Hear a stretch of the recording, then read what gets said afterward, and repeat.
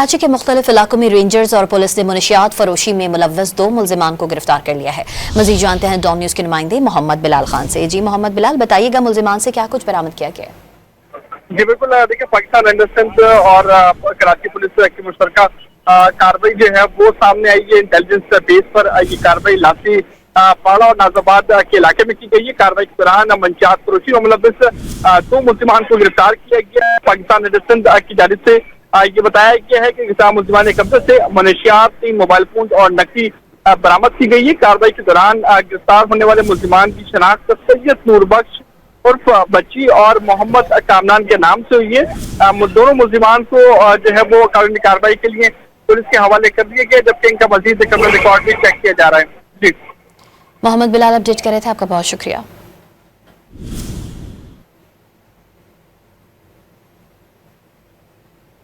कराची के मुख्तलिफ इलाकों में रेंजर्स और पुलिस ने मुनशियात फरोशी में मुलव्वस 2 मुल्जिमान को गिरफ्तार कर लिया है।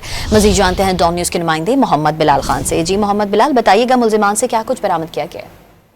जी बिल्कुल, देखिए पाकिस्तान रेंजर्स और कराची पुलिस की मुश्तरका कार्रवाई जो है वो सामने आई है। इंटेलिजेंस बेस पर ये कार्रवाई लासी पाड़ा और नाजाबाद के इलाके में की गई है। कार्रवाई के दौरान मंशियात फरोशी में मुलव्वस 2 मुल्जिमान को गिरफ्तार किया गया है। पाकिस्तान रेंजर्स की जानिब से ये बताया गया है कि गिरफ्तार मुल्जिमान के कब्जे से मुनशियात, 3 मोबाइल फोन और नकदी बरामद की गई है। कार्रवाई के दौरान गिरफ्तार होने वाले मुल्जिमान की शनाख्त सैयद नूर बख्श उर्फ बच्ची और मोहम्मद कामरान के नाम से हुई है।